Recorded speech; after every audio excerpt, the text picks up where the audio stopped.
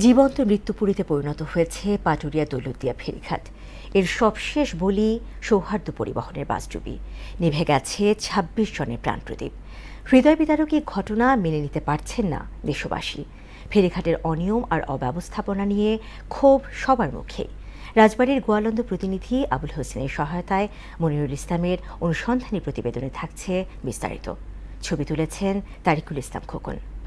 রাক্ষসী নদী পদ্মা, যার ঢেউয়ের তোড়ে এখানে তটরেখা বদলায় প্রতিনিয়ত।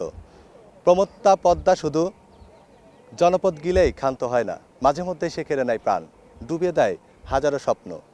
দক্ষিণ পশ্চিমাঞ্চলের ২১ জেলার প্রবেশদ্বার এই দৌলতদিয়া পাটুরিয়া ফেরিঘাট, অথচ জনগুরুত্বপূর্ণ এই নৌরুটটি এখন যেন রীতিমতো মরণ ফাঁদ, যেখানে দশকের পর দশকেও লাগেনি আধুনিকতার ছোঁয়া।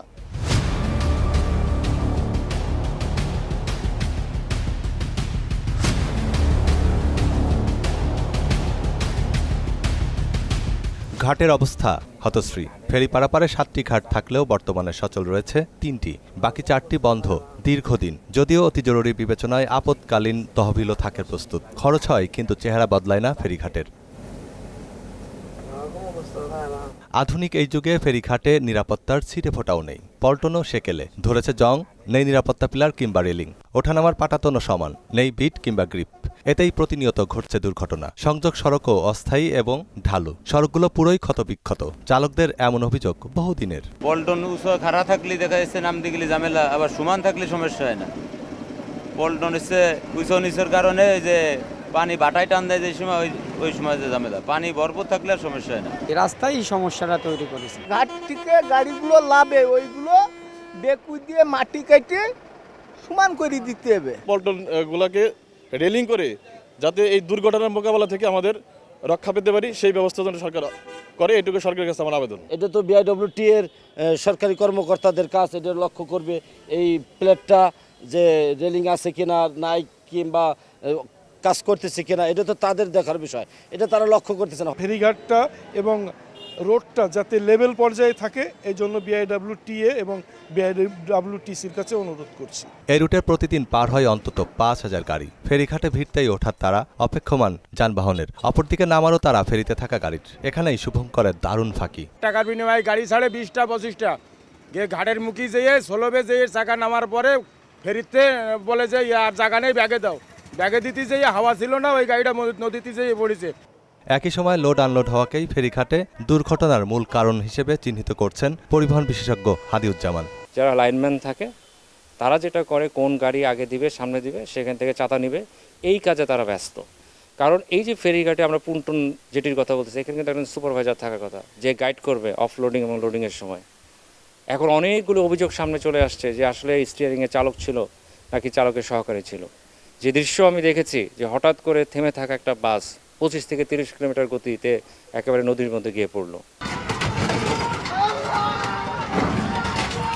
বাসডুবির পর বিআইডব্লিউটির দায়িত্ব জ্ঞানহীন বক্তব্য ক্ষোভের আগুনে ঘি ঢেলেছে। দুর্ঘটনার দায় নিতে নারাজ সংস্থাটি, সব দোষ চাপাচ্ছে বাস চালকের উপর। তাদের এমন দায়সারা বক্তব্যে ক্ষুব্ধ পরিবহন শ্রমিকরা।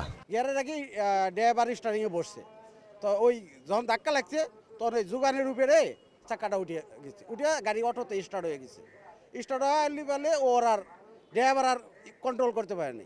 তবে ঘটনার পর দেখা গেল দুর্ঘটনা কবলিত ৩ নম্বর ঘাটের সংযোগ সড়ক মেরামতে তাড়াহুড়া। সড়কের এমন দশাই যেন ভাত ঘুমে বিআইডব্লিউটি এর টেকনিক্যাল সহকারী নাসিম হোসেন। প্রশ্ন করা হলে সদুত্তর দিতে পারেননি তিনি। এটা আমাদের এখন লোয়াটার ঘাট, তো ফেরিঘাট তো আমাদের এখানে আমাদের প্রতিনিয়ত কাজ চলে। না আমাদের ঈদের আগে পরে এবং কি আমাদের যে লেবার আছে এবং কি এরা এই কাজটা সবসময় করে থাকে। হৃদয়ে ব্যথা আছে স্থানীয় সুশীল মহলেরও। এই রুটে দ্বিতীয় পদ্মা সেতু ও পদ্মা ব্যারেজ বাস্তবায়ন চান স্থানীয় বিএনপি নেতা সুলতান নূর ইসলাম। পদ্মা সেতুর চেয়ে বেশি প্রয়োজন কিন্তু পদ্মা ব্যারেজ। উত্তরবঙ্গ যেরকম আপনার মরুভূমিতে রূপান্তরিত হয়েছে, আপনার 10 বছরের মধ্যে দেখবেন যে আমাদের এই অঞ্চল মরুভূমিতে রূপান্তরিত। শুধু মরুভূমি না, লবণাক্ত পানি আপনার ঢুকে যাবে, লবণাক্ত পানি আপনার ঢুকবে। খুলনা সাতক্ষীরায় আপনার লবণাক্ত পানি ঢুকেছে। তা আমাদের যদি এখানে পদ্মা ব্যারেজটা না হয়, তাহলে কিন্তু আমাদের একই অবস্থা সৃষ্টি হবে। এখন আমাদের সবচেয়ে বড় দাবি হলো পদ্মা ব্যারেজ সাথে পদ্মা সেতু। এটা বাস্তবায়ন হলে এই অঞ্চলে নদী শাসন হবে, আধুনিক নদী বন্দর হবে। এদিকে বিআইডব্লিউটি এর সহকারী পরিচালককে প্রশ্ন করা হলে উত্তর দেন ভিন্ন, এড়িয়ে যান দায়ও। আপনাকে আমি প্রথমে বলতেছি যে এইচটিসি পর্যন্ত আমার দায়িত্ব না ভাই, আমাকে একটু কোশ্চেন করলে তো আমি আনসার করতে পারবো না। মডেল একে তাহলে আপনার ডিজাইনগত কিছু তফাৎ আছে, যেটা একটা সংশ্লিষ্ট প্রতিষ্ঠানে বিভিন্ন ডিজাইনিং করেই ওরা তৈরি করা হয়েছে। এগুলো কোশ্চেন তো আমি আনসার করতে পারবো না ভাইয়া। এটা যে সংশ্লিষ্ট যারা তৈরি করছেন তারা বিভিন্ন এটা আপনার যে নকশা আছে নকশা অনুসারে সেটা তৈরি করছেন। পরিবহন খাতে মাত্র ৫% নিয়ন্ত্রণ করে তথ্য প্রযুক্তি, বাকিটা রাজনৈতিক প্রভাবের দখলে। এ কারণেই প্রতিনিয়ত দুর্ঘটনা ঘটছে বলে জানান অধ্যাপক হাদিউজ্জামান। এখানে যদি ৫% বিজ্ঞান থেকে থাকে, ৯৫% রাজনীতি। পুন্টনের আসলে চারপাশে অবশ্যই এখানে ওয়াল থাকার কথা স্টিলের, যাতে করে কোনো যানবাহন যদি নিয়ন্ত্রণ হারিয়ে ফেলে সে যেন নদীতে না যায়। এবং তারপর হচ্ছে দুর্ঘটনা যদি কোনো কারণে হয়েও যায়, ফেরিঘাটের ব্যবস্থাপনার দায়িত্বে যারা আছে তাদের একটা বড় দায়িত্ব হচ্ছে তাদের নিজস্ব এখানে ডুবুরি থাকার কথা, যাতে করে উদ্ধার কাজটা দ্রুত শুরু করা যায়।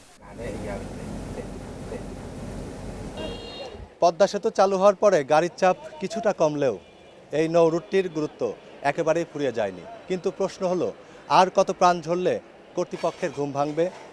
আর কত বাস ট্রাক সলিল সমাধি হলে প্রাচীন এই নৌ রুটটি হবে আধুনিক? তাই এখনই কার্যকরী ব্যবস্থা গ্রহণ না করা হলে মৃত্যুকূপ হয়েই থেকে যাবে জনগুরুত্বপূর্ণ এই রুটটি। রাজবাড়ীর দৌলতদিয়া ফেরিঘাট থেকে মনিরুল ইসলাম, মোহনা সংবাদ।